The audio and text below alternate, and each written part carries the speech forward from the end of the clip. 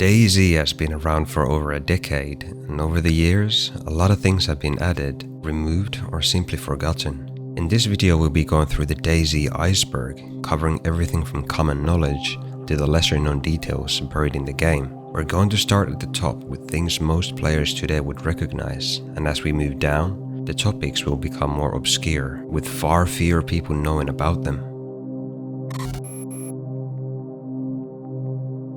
In a video game, once you reach the edge of the map, it's usually blocked off by either water or just an invisible wall. In DayZ, however, you'll come across the debug. It's a plane of nothingness that seemingly goes on forever. You can actually cross over to the debug and keep on running, but everything left there will despawn if the server were to restart. But say you kept running on too far, you'll start to experience more and more lag, and eventually your game will crash. DayZ is often known for its intense survival mechanics and unpredictable player encounters, but on roleplay servers the experience is completely different. Instead of the usual kill-on-sight mentality, these servers focus on player-driven stories, factions, and interactions.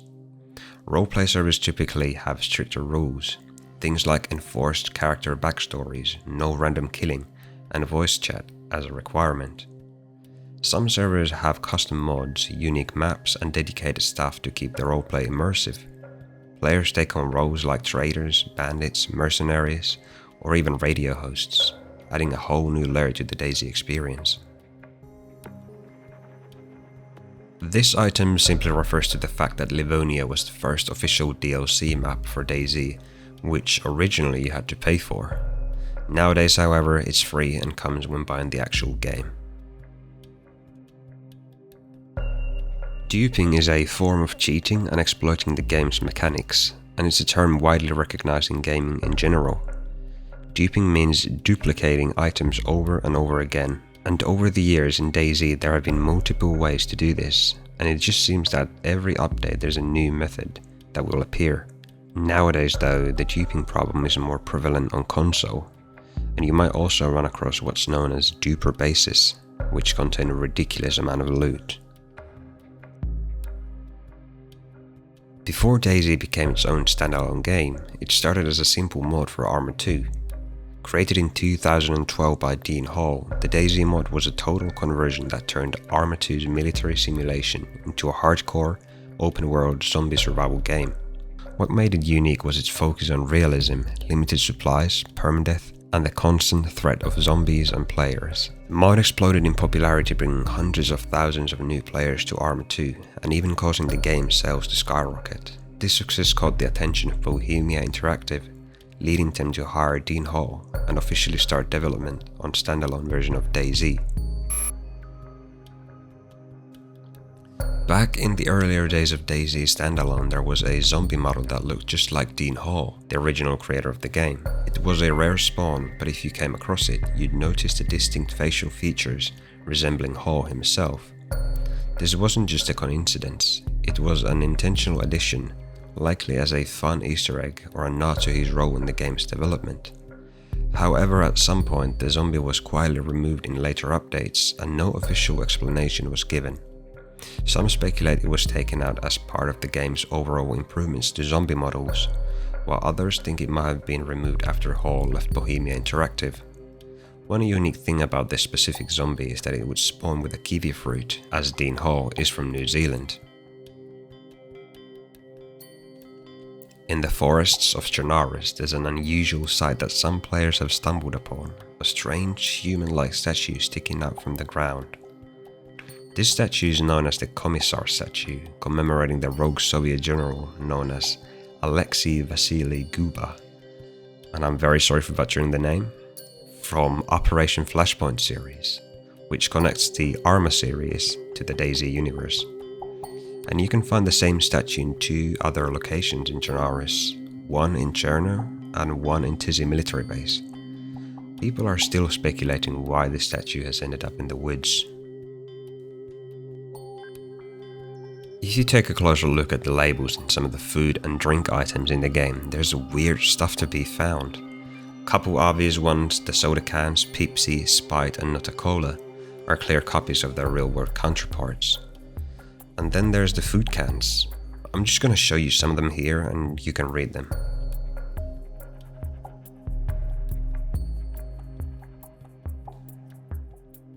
Scattered around the map there are these specific chimneys. On the surface they are nothing special, but once you climb up and look what's inside the chimney, you'll find this low quality picture of Santa. And again, you can find this picture in every one of these chimneys. Very random Easter egg for sure. This hill figure in the real world is known as the Cerne Abbas giant. You can find this near Krasnostav airstrip, however it's impossible to make full sense of it without looking at it from above.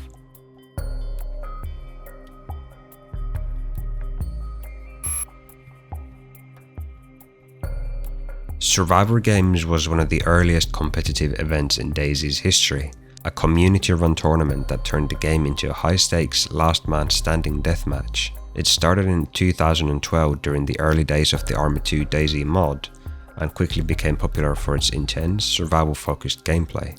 The tournament followed a simple format. 32 players were split into 16 teams of 2, and the goal was to be the last team or player standing by eliminating opponents. Unlike traditional battle royales, Survivor Games had DayZ's signature survival elements, meaning that scavenging for supplies, managing resources, and using the environment for your advantage were just as important as gunfights.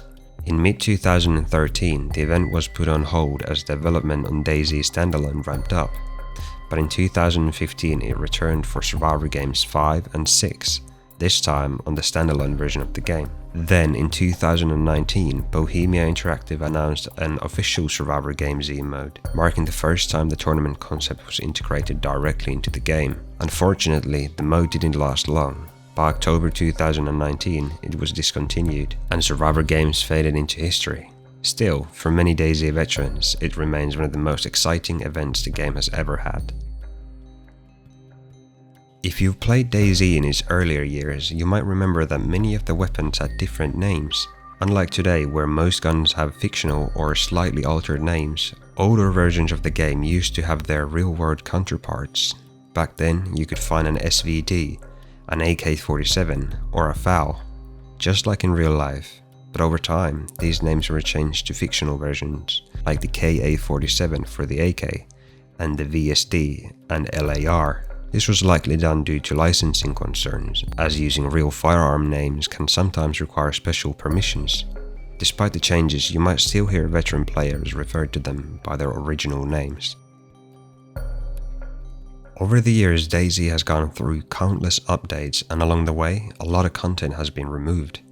Some features were cut early in development, while others quietly disappeared as the game evolved. There's a lot of stuff that has been removed from the items and buildings, to even whole locations, and I'm now gonna go over some of them. Some of the removed content include the Red 9 pistol, pistol grip shotgun, trumpet, electric cattle prod, canoe paddle, Atlas bipod, long range scope, berries, defibrillator, and the tactical vest. Some of the mechanics were also removed. For example, you were once able to spray paint some weapons, like the Mosin, giving them different colored variants. Back then, you would receive messages that would tell you how hungry, thirsty, or cold your character was.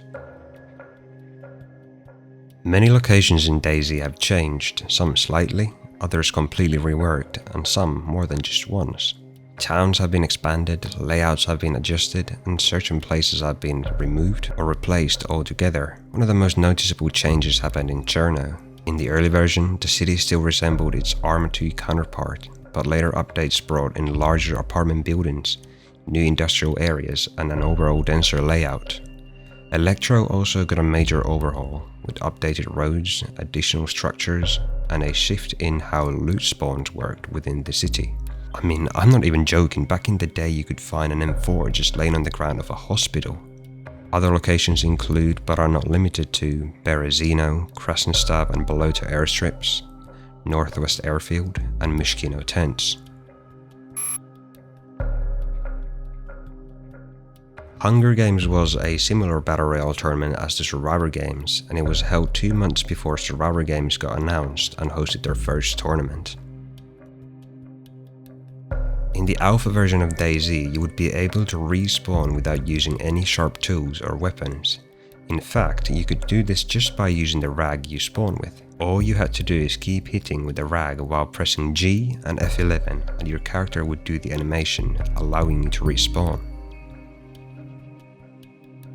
Around the time cars got reintroduced to the game, you were literally able to drive underwater in order to get to the prison island, for example, way faster than swimming. Years ago, DayZ had servers that would have 100% persistence enabled, which meant that any items that either spawned or were left on the ground would remain there practically forever. This meant that there were servers with no players but buildings filled with comical amounts of loot. This was called the loot explosion. You were also able to hop between some of the servers, which meant that you could find an empty server and spawn in the exact same location you were on the other server, and you could loot as much as you wanted and get your dream loadout. Once you were done looting, you could then rejoin the populated server and start PvPing. Green Mountain has been one of the most infamous locations in DayZ since the early days of standalone. While it's just a radiator on a hill, many players have reported strange occurrences here. Stories of eerie sounds, bizarre glitches, and even full-blown supernatural encounters. Some of the most well-known stories involve phantom gunshots, doors opening on their own, and even sudden character deaths with no explanation. While some of these could be written off as lag or desync, the sheer number of players who have experienced weird events here has kept the legend alive. But the strangest of all are the mysterious radio broadcasts that have reportedly been heard at Green Mountain. At random times, players have reported hearing distorted voices, strange beeping sounds, and even eerie music when tuning into a radio near Green Mountain. Some believe it's just a leftover feature from an old event or a hidden Easter egg, while others think it's something more, maybe a clue to a forgotten story hidden in the game's files.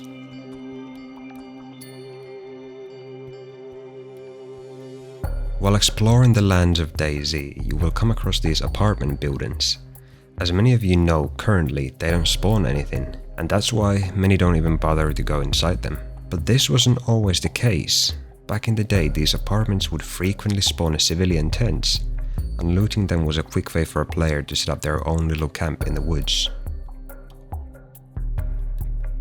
Most people know DayZ as a hardcore survival game, but not everyone knows about its smaller, pixel art counterpart, Mini DayZ. This was a 2D top-down version of the game that kept the survival mechanics but in completely different style. Mini DayZ started as a fan-made project before Bohemia Interactive officially picked it up and released it as a free browser game. Later it was ported to mobile devices, allowing players to experience a simplified but still challenging version of DayZ on the go. A sequel, Mini DayZ 2, was later released with more advanced mechanics and co-op elements, but it didn't gain the same popularity as the original. Eventually, support for the sequel was discontinued and Mini DayZ faded into obscurity. This item refers to the zombies of the older alpha versions, in which they were able to walk through building walls.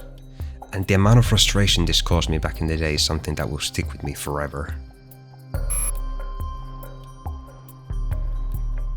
Okay, this is kind of obscure item on the list, but basically back in the day, if you were to approach, say, a military base and you saw these zombies not move at all, hence static, it would mean that no one else was in the close proximity. But if they were moving, that was an indication that you were not the only one around. Me personally, I remember using this every now and then to tell if it was safe to go in and loot. Nowadays, modded servers are a cornerstone of the DayZ experience. But before modding became officially supported, there existed these random secret deathmatch servers featuring content that wasn't even released. These servers were not just free to join, and you had to pay real money in order to get access to them. Another glitch on our list. This one involves the usage of campfires, and messing with them would cause any server to crash. This was super rare yet powerful glitch that only a handful of people knew, and luckily it got fixed before more people found out about it.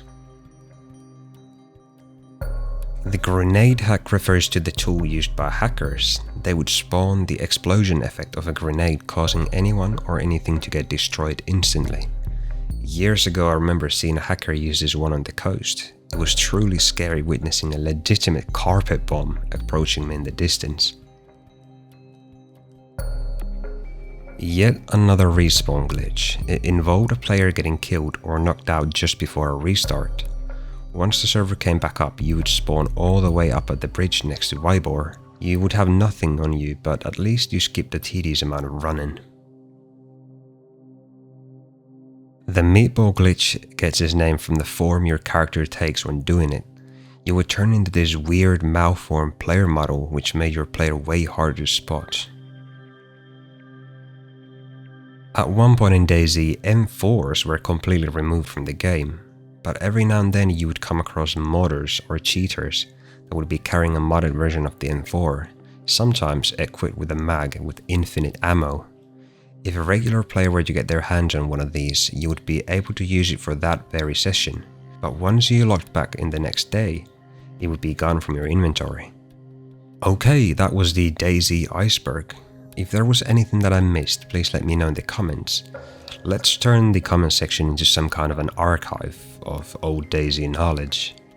And also, if you liked the video in general, make sure to like and subscribe to the channel. You guys did so well with the last video, so how about this time we push for 3,000 subscribers? Thank you everybody for watching, and I'll see you next time.